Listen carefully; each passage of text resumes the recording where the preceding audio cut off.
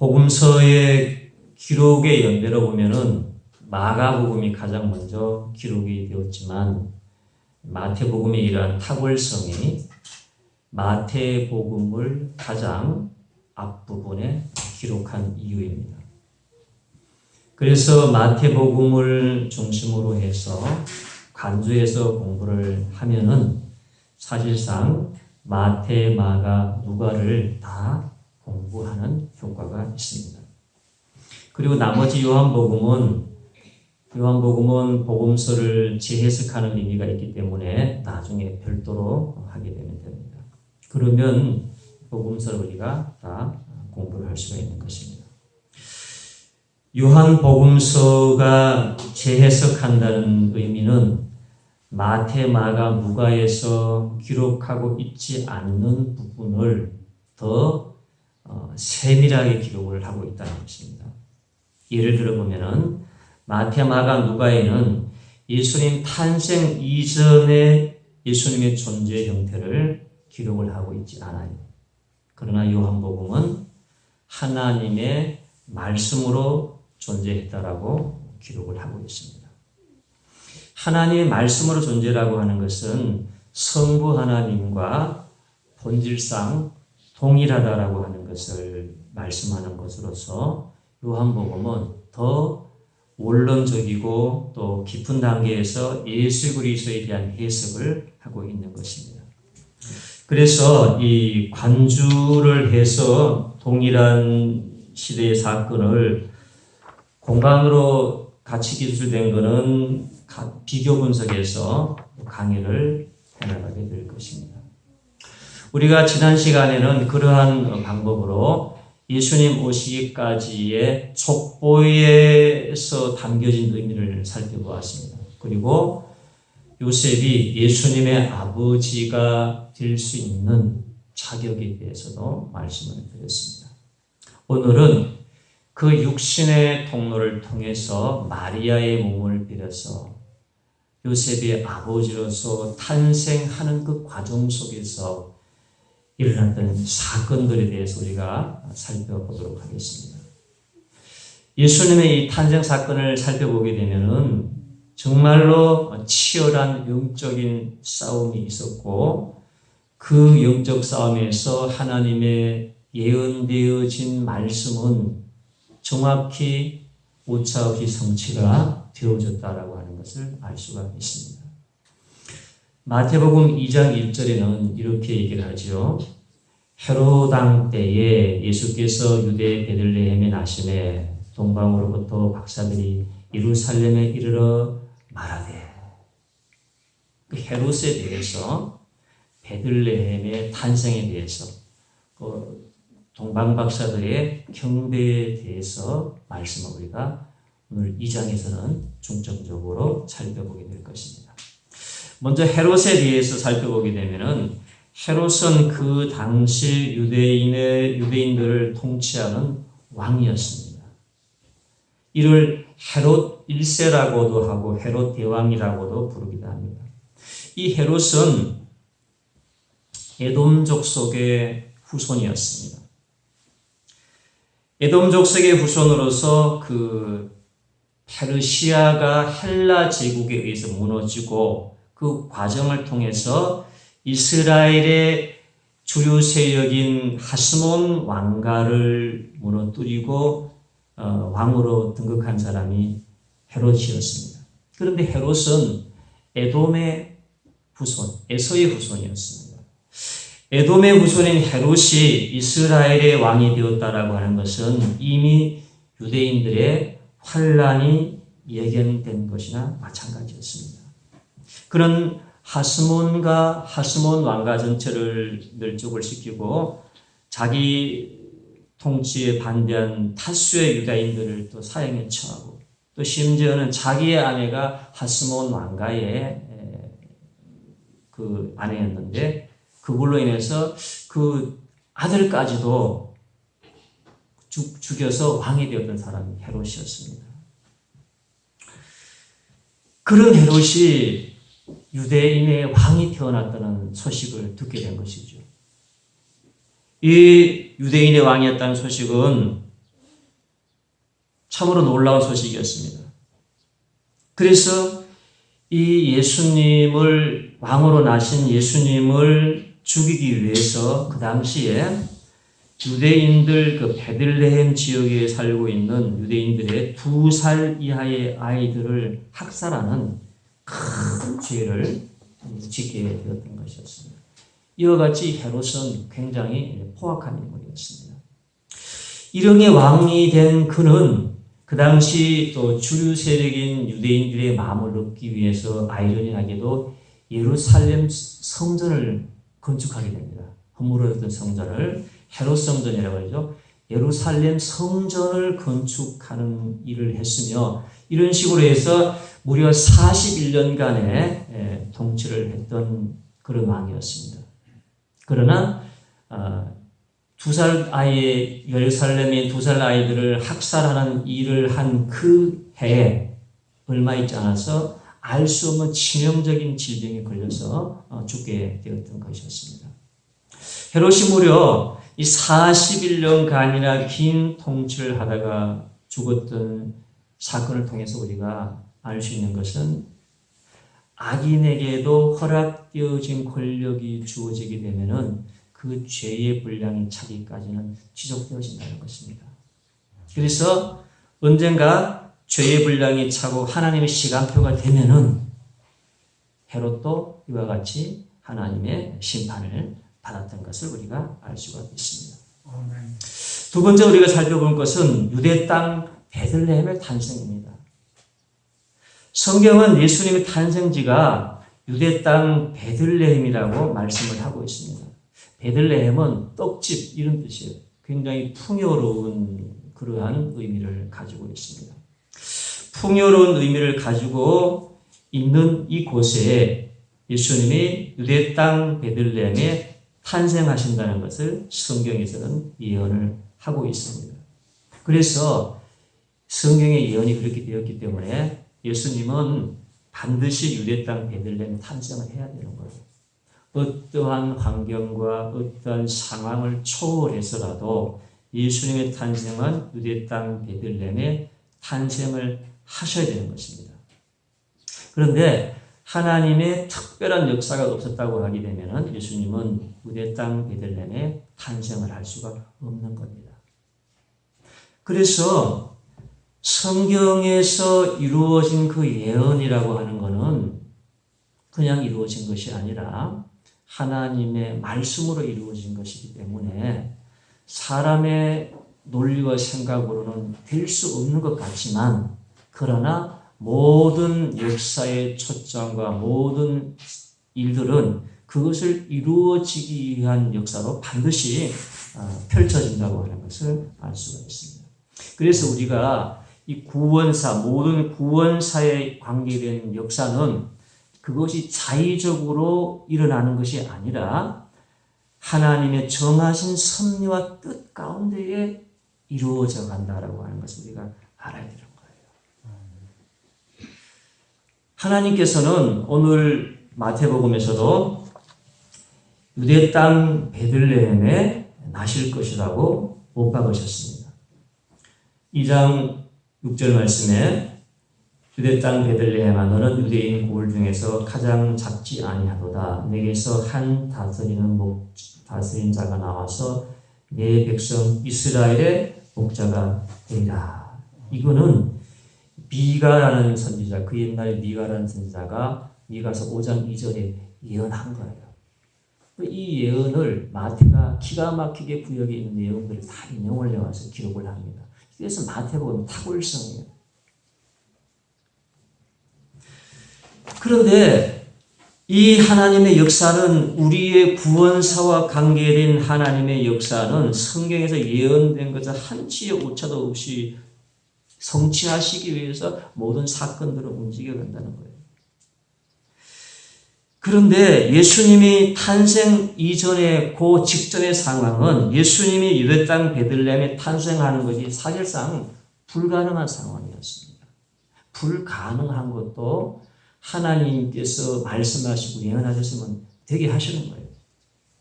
왜 그런가 하면은 마리아가 이미 만삭이 되어서 성령 잉태가 되어서 만삭이 되어서 10달째가 되어서 거의 10달째가 되어 거주했던 장소가 유대 땅 베들레헴이 아니고 갈릴리 나사렛이라는 동네에 살고 있었기 때문입니다. 갈릴리 나사렛은 유대 땅 베들레헴보다 훨씬 위쪽에 있는 곳으로서 수백 킬로의 거리가 떨어져 있는 그런 곳이었습니다. 그런데 예수님이 마리아가 갈릴리 나사렛이라는 동네에 있기 때문에 만삭이 되어서 현재 거기에 거주를 하고 있는데 거기서 예수님이 탄생해버리게 되면은 성경의 예언은 이루어지지 않는 것이고 성경의 권위는 추락되는 것이고 성경의 말씀을 다 맞지 않는 것이고 성경은 얼마나 풀릴 수 있는 것이고 하나님의 예언은 풀릴 수가 있다는 것이 되는 거예요. 뭐 예수님이 유대 땅에 태어났으면 됐지 베들레헴에 있는 나사렛이 무슨 상관이냐고 말을 하겠지만 그러나 하나님 베들레헴이라고 베들레헴이 되는 거예요. 안 될 것도 되게 해서 하시는 것이 하나님이라는 거죠. 왜죠? 하나님께서 예루살렘에 성전이 있는 이 베들레헴, 이 풍요로움에 하나님의 성전이 세워지고 떡집이라는 이름이 붙여진 풍요로운 그곳에 예수님이 탄생하시는 것이 하나님 미가 선지자를 통해서 하나님이 정하신 뜻이기 때문에 여기서 태어나야 되는 거예요. 그런데 한번 보세요. 만삭이 되어진 아내가 10달째가 된 아내가 베들레헴보다는 수백 킬로에 떨어진 그 당시에 그 교통 상황에서 떨어진 나사렛이라는 동네에 있는데 어떻게 베들레헴까지 올 일이 있겠습니까? 그렇게 위험을 무릅쓰고 올 일이 없죠. 그런데 이러한 일이 일어나게 된 것을 누가복음에서 설명하고 있는 것이죠. 누가복음에서 마태복음에 없는 부분을 누가는 기록을 했다라는 것입니다. 누가복음 2장 1절부터 7절까지 이렇게 되어 있죠. 그때에 가이사 아구스토가 영을 내려 천하로 다 호적하라 하였으니 이 호적은 구레노가 수리아 총독이 되었을 때 처음 한 것이라. 모든 사람이 호적하러 각각 고향으로 돌아가매 요셉도 자기의 집 족속이므로 갈릴리 나사렛 동네에서 유대를 향하여 베들레헴이라는 다윗의 동네로 그 약혼한 마리아와 함께 호적하러 올라가니 마리아가 이미 잉태하였더라. 거기 있을 그때에 해산할 날이 차서 첫 아들을 낳아 강보로 사서 구유에 누였으니 이는 여관에 있을 곳이 없음이라. 갈릴리 나사렛이라는 동네에 마리아가 있었는데 그때에 로마 황제 가이사 아구스토가 영을 내립니다. 천하에 있는 모든 사람들은 자기 고향으로 돌아가서 호적을 해라. 인구조사를 하겠다는 것이죠. 자기 고향으로 다 돌아가서 호적을 해야 되는 겁니다. 그래서 만삭이 된 이 마리아의 몸이었지만 요셉과 마리아의 이 고향이 베들레헴이기 때문에 자기 고향으로 가서 호적을 하기 위해서 요셉은 그 10달째가 된 만삭이 된 아내를 데리고 수백 킬로의 험난한 여행을 했던 것이었습니다. 오늘날과 같이 좋은 도로가 아니라 그 거친 길을 가는 것은 결코 쉬운 일이 아니었습니다. 전혀 이성적으로는 일어날 수 없는 일이죠. 그 먼 거리를 갈 필요가 없는 것이죠. 그러나 가이사 아구스토가 영을 내려서 다 자기 고향으로 돌아가서 호적을 하라는 명령이 내려졌기 때문에 10달이 되어서 만삭이 된 이 몸을 가지고 요셉과 마리아는 베들레헴으로 갔던 것이었습니다. 그런데 갔는데 있을 곳이 없어서 마국간에서 예수님이 탄생하셨는데 가장 낮고 천한 자리에 내려오셨다라고 하는 것도 성취되어진 것을 알 수가 있습니다. 이 천하에 호적하는 명령은 로마 황제가 인구조사의 통계 목적으로 이러한 영을 내렸지만 이것은 하나님의 말씀이 그렇게 했기 때문에 그러한 것을 하나님께서 하게 하신 그 속에는 영적인 배경이 있는 거예요. 그게 사소한 것 같지만 영적인 것에는 사소한 것이 없어요. 이게 성경에 보면 아주 사소한 것 같고 이것이 이렇게 된다면 무슨 소용이 있고 저렇게 무슨 소용이 있겠냐고 하지만 그러나 하나님의 정하신 법칙은 그대로 가는 거예요. 하나님 정한 질서가 있는데, 성경에 질서가 있는데, 뭐 굳이 이렇게까지 해야 됩니까? 라는 생각이 들지만, 하나님이 정하신 질서는 하나님께서 모든 자연 만물에 하나님 질서가 부여되어 있어요. 우리가 이 식물의 이 식물의 구조를 보게 되면요.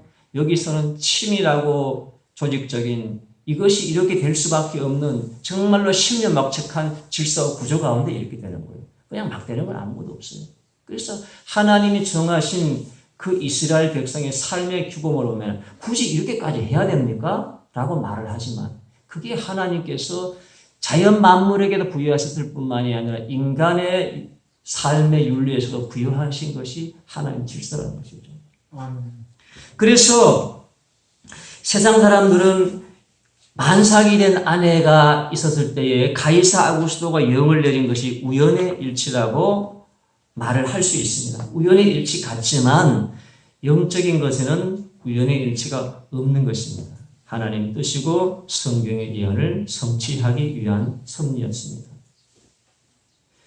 그래서 이 만삭이 된 아내가 베들레헴까지 가서 예수님이 탄생하심으로 말미암아 그 어려운 환경과 여건을 초월하여서 한치의 오차도 없이 성취되어진 것은 이 세상의 역사를 통해서도 하나님의 구원사 가운데 움직여져 간다는 것을 말씀하시는 겁니다. 그리고 성경의 권위적인 면에서 보게 되게 되면은 세상이 천지개벽을 하더라도 성경의 권위는 인정된다는 것을 말씀하고 있습니다. 그래서 세상이 아무리 바뀌고 세상의 풍조가 바뀌고 모든 사람들이 세상의 풍조를 따라가고 거기에 합리화되어지고 그것이 옳다라고 모든 사람이 다 홍수에 휩쓸려가는 탕류와 같이 흘러간다 할지라도 그리스도인들은요 그 가운데 그 세상의 홍수의 탕류가 막 휩쓸려가요. 거기에 떠내려 가지 않을 자가 누가 있겠습니까? 그런데 그리스도인들은요, 그 세상의 홍수의 탕류를 거슬러 올라가는 게 그리스도인들이에요.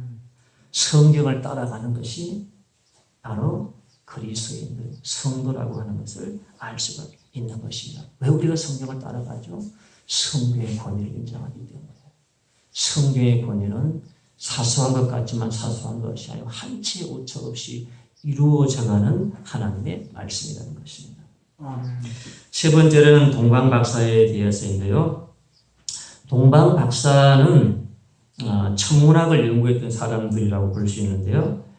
그러나 이 실체가 좀 막연한 것 같이 느껴지지만 동방박사가 예수님을 경배하러 왔다라고 자체가 막연하게 느껴지지만 우리가 성경을 잘 연구해 보게 되면은 동방박사만큼 메시아의 탄생을 고대했던 사람이 없었다는 것입니다.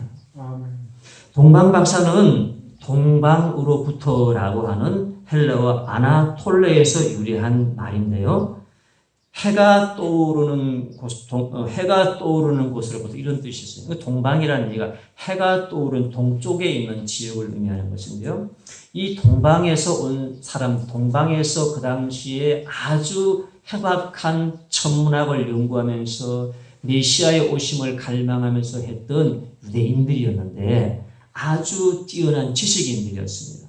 그래서 이 동방에 있는 사람들 생각할 때 그 동쪽이 그 당시에 페르시아, 바벨론 지역, 아라비아 지역, 그 다음에 동쪽에 위치한 모든 지역이 그 동방이라고 할 수가 있는 것입니다. 예루살렘이 있으면 바다 쪽이 아니라 이쪽에 있는 그 바벨론 그쪽 지역을 말하고 있는 것이죠. 그래서 이 동방 박사가 온 지역의 견해에 좀 가장 유력한 것은 동방이 바벨론이었다는 견해가 가장 유력합니다. 왜 그런가 하면은 이스라엘의 사람들이 포로로 잡혀간 곳이 바벨론이었죠. 바벨론에 유대인들이 정착을 하였고 거기서 많은 사람이 돌아왔지만 다니엘은 바벨론이 멸망하고 페르시아가 제국에 세워졌음에도 불구하고 페르시아 제국 치하에서도 총리의 직을 수행했던 사람이 다니엘이었습니다.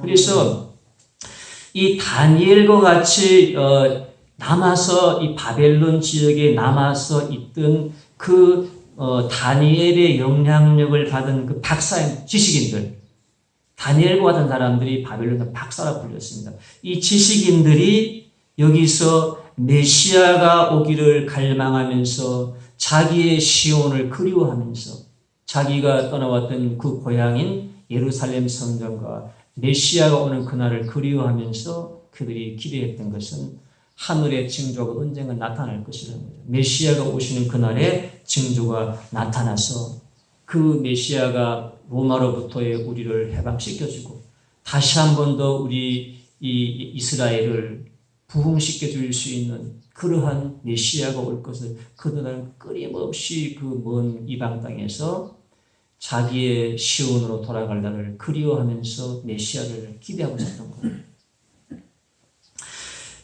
왜 그런가 하면 다니엘이 이 예레미야서를 자기가 연구하는 거예요. 왜 그런가 하면요. 이스라엘의 멸망과 회복에 대해서 얘기한 그 절절하게 얘기한 사람이 예레미야인데 그 예레미야가 이스라엘이 패망될 것을 가슴 아파하며 눈물을 흘리면서 무지하고 깨닫지 못하는 이스라엘 백성과 그들을 보라보면서 눈물을 흘리면서 썼던 것이 예레미야예요. 그러면서 예레미야가 말하기를 이와 같이 멸망할 것이나 70년 만에 돌아오게 될 것이다 라고 한 것이 예레미야서인데 이 바벨론의 포로로 잡혀갔던 다니엘이 예레미야서를 공부를 하면서 70년 만에 이 포로 생활이 맞춰질 걸 알았어요. 근데 그대로 됐어요. 고레스 왕, 페르시아 고레스 왕 딱 70년 만에 고레스를 딱 불러 역사하신데 고레스는 나의 목자다. 성전은 중건될 것이다. 성전의 기초가 쌓여질 것이다. 중건되리라. 돌아가라. 바벨론을 멸망시킨 고레스 왕이 60년 만에 바벨론이 66년 만에 바벨론이 멸망하고 고레스 왕 페르시아 왕 고레스 왕 3년 때에 이스라엘 백성들이 돌아가는 겁니다. 자기 고향으로 돌아가서 거기서 그들이 자기의 성벽을 쌓고 성전을 세우고 하는 그런 역사가 일어났습니다. 아멘. 그런데 이 유대 민족의 환란이 이곳으로 끝나지 아니하고 곧 헬라 제국이 등장해서 헬라 제국 알렉산더의 헬라 제국에서 다시 한 번 더 유대인들의 환란이 몰아닥쳐올 것을 하나님께서는 다니엘에게 보여주셨지요. 다니엘에게 그 환상을 보여줄 때에 다니엘이 놀란 가슴을 가지고 다시 한 번 더 자기의 예루살렘의 환란이 몰아닥쳐오게 된 것을 보았을 때에 슬퍼하면서 이 닥쳐올 환란을 내가 내 백성과 내 선조들의 죄를 대신 내가 회개함으로 하나님의 자비의 은총을 구하기를 원했던 이 다니엘의 기도가 시작돼요. 이게 다니엘의 세일의 기도예요. 90의 나이에 다니엘이 그 바벨론 포로에서 90이 되었을 때에 그가 생각한 것은 다시 헬라 제국의 등장으로 예루살렘 성전이 예루살렘 유대인들이 핍박당하고 혼란당할 것을 생각할 때에 이 90세의 할아버지가 혼신의 힘을 다해서 자기의 마지막 생애에 혼신의 힘을 다해서 세일의 금식을 잡고 기도하는 겁니다. 이 놀랍잖아요. 다니엘이 보통 사람이 아니에요. 좋은 쪽으로 보통 사람이 아니고 나쁜 쪽으로 보통 사람이 아니겠는데 우리 그리스도인과 같이 좋은 쪽으로 보통이 아닌 사람이 되는 하나님의 큰 은총을 받은 사람이에요. 90세가 된 다니엘이 자기의 남은 생애의 마지막 혼신의 힘을 다해서 90이 된 할아버지가 하나님께 3주간을 세일을 금식을 하면서 작정을 하면서 자기 민족 이스라엘의 지은 죄를 가슴 아파하며 그들의 선조의 죄를 회개하며 자신 대신 회개하면서 기도하는 겁니다. 하나님의 자비와 은총을 간구하는 것이죠. 이 환란의 때가 다시 온다 할지라도 이때에 이 기도하는 다니엘을 하나님이 오셔서 천사와 함께 오셔서 다니엘을 만나주시는 거예요. 그래서 보면은 다니엘을 찾아와서 어루만져 주시면서 다니엘을 이렇게 세워주시면서 이렇게 말을 하시죠. 큰 은총을 받은 사람 다니엘아. 다니엘에 대한 수식어, 이거 다니엘이 찾아와서 다니엘이 주신 말씀은 다른 것도 있지만 첫 번째 하는 말씀이 큰 은총을 받은 사람 다니엘아. 이렇게 불러주는데 이렇게 불러주는 것 이상으로 더 큰 축복이 없는 거예요. 하나님으로부터 큰 은총을 받은 사람아, 하나님께서 오셔서 그 기도하는 90이 되어서 기도하는 다니엘을 위로해 주시면서 일으켜 세워 어루만져 주시면서 그렇게 말하는 거예요. 그러면서 이 다니엘에게 앞으로 일어날 일에 대해서 말씀해 주신 것이 이게 다니엘서인 거예요. 이런 다니엘의 역량하에서 키워진 사람들이 바로 동방박사인 겁니다. 유대인들이 예루살렘에 돌아가서 다시 예루살렘 성전을 세우고 성벽을 쌓았지만 알렉산더의 헬라 제국으로 인해서 안티오쿠스 에피파네스라고 하는 왕이 세워지고 이 왕이 헬라와 정책으로 해서 하나님의 성전에다가 제우스 신당을 세우고 거기다가 돼지머리를 올려 고사를 지내는 거예요. 그리고 제사장들을 붙들어다가 체육대회를 열어서 제사장들을 옷을 벗기고 알몸으로 체육대회를 시키는 것이 헬라 시대에 시작됐거든요. 알몸으로 체육대회를 시키고 이런 말할 수 없는 이들의 핍박과 환난이 가져왔고 그러한 수직들이 이 동방박사들이 들렸을 때 그들이 기대하는 것은 속히 메시아가 오셔서 이러한 속박과 고난 가운데 이 나라를 회복시키고 구원시켜 달라는 간절한 마음이 동방박사들의 마음에 있었어요. 그래서 이들은 날마다 하늘의 별을 바라보면서 메시아가 오는 날을 기대하면서 연구했던 사람들이 바로 이 동방박사들이에요. 동방박사들이 그 먼 거에 그냥 한번 와서 예물 드리고 간 것이 아니라 이들은 정말로 메시아가 오기를 갈망하고 기대했던 사람들이 동방박사들이에요. 그래서 그들이 예수님이 탄생했을 때에 하늘에 찬란한 별이 떠오르는 걸 보았어요. 그 주님 뭐죠? 광명한 내가는 광명한 새벽별이다. 주님이 탄생하던 상징물이 새벽별이에요. 지금 이런 별이 아니고 주님이 오셨음을 상징하는 광명한 광채가 비춰졌다는 걸 말하는 거예요. 지금 같은 이런 물리적인 별이 아니라 광명의 찬란한 광채의 광명이 비춰진 그런 별빛이 보였는데 이것을 바라본 박사들이 예루살렘에 메시아가 탄생했음을 알고 40일간의 긴 여행을 통해서 왔던 것이었습니다. 그들이 가지고 온 것은 황금과 유황과 모략을 가지고 예수님께 경배했습니다. 이들이 드린 예물의 의미는 예수님이 메시아로서에 오셔서 삼중직의 역할을 수행할 것을 예물에서 보여주고 있는데요. 황금은 변하지 않는 물질로서 예수 그리스도의 영원한 왕으로 오심을 말씀하는 거예요. 황금은 변하지 않습니다. 천국이 변하지 않는 황금의 물질이에요. 우리도요. 천국의 물질을 이만큼 가지고 있잖아요. 손가락에 끼고도 있고 뭐 귀에 달고 있는데 그 황금은요. 영원히 변하지 않는 영원성의 왕권을 상징하는 거예요. 그 황금이 참 좋아요. 금을 몸에 지는 건 좋아요. 몸과 친화력이 있고 몸에 있는 그런 자기장이나 어떤 굉장히 좋은 역할을 하는 황금인데 이 황금은 이 땅에서 우리가 부분적으로 가지고 있지만 황금이라고 하는 천국의 모든 건물과 길들이 조성되어진 것이 황금이에요. 영원히 변하지 않은 황금은.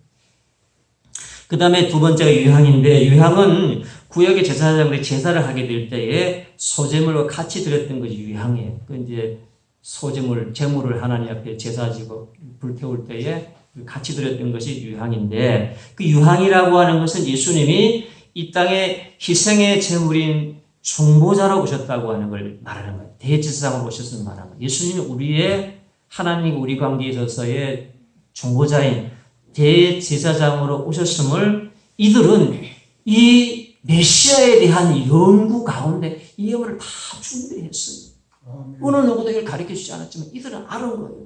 이 땅에 오신 메시아는 왕권을 가지고 오신 분이고 이 땅에 오신 메시아는 우리의 죄의 속죄의 제물이 되신 대제사장으로 오신 분이라는 것과 세 번째로는 모략을 드렸는데 모략은 사람이 죽고 나서 장사할 때 시신의 부패를 방지하기 위해서 향품을 발랐던 것이 모략인데 그것은 바로 예수님 부활의 몸을 상징하는 거예요.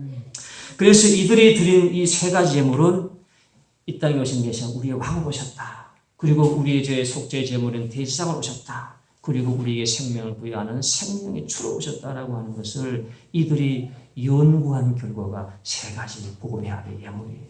이것이 그냥 이루어진 것이 아니라 성경의 예언이요 성취인 것입니다. 네 번째로는 오심의 이 사건은 치열한 영적인 싸움과 정확한 예언의 성취가 그대로 이루어졌다는 것입니다. 예수 그리스도의 탄생에 있어서 사탄이 예수 그리스도의 사명을 대적하는 치열한 영적 싸움이 있죠. 탄생할 때는 예수님이 오면 잡아 죽이려고 했고, 탄생하셔서 장성한 이유는 뭐죠? 세상의 명예와 금은보와 유혹하는 것이죠. 메시아직을 포기해라. 포기하고 천하만국을 가져라. 메시아직을 포기하고 천하만국을 가져라. 그렇게 유혹했고, 예수님이 태어날 때는 아기 때는 예수님을 죽이고자 했던 것이 사탄의 역사였습니다. 그래서 이 동방의 박사들이 예루살렘에 이르러 헤롯 궁전을 찾아서 유대인의 왕으로 나신 이가 어디 계시냐고 헤롯에게 물었습니다. 동방 박사들은 예수님이 찬란한 왕궁에서 태어난 줄 알았어요. 그래서 예수님의 탄생이 유대인의 왕으로 태어나신 분이 어디 있느냐라고 물었을 때에 예루살렘과 그 헤롯은 큰 소동이 일어났습니다. 헤롯 자신이 왕인데 유대의 새로운 왕이 될 사람이 태어났다고 하는 소식은 참으로 큰 일이었죠. 왜죠? 더 이상 헤롯이 후대가 왕이 될 수 없는 것이었기 때문에 예루살렘이 소동했던 거죠. 그래서 이 간교했던 헤롯은요, 이렇게 말하죠. 박사들을 속이죠. 가만히 듣고 있다가, 그래?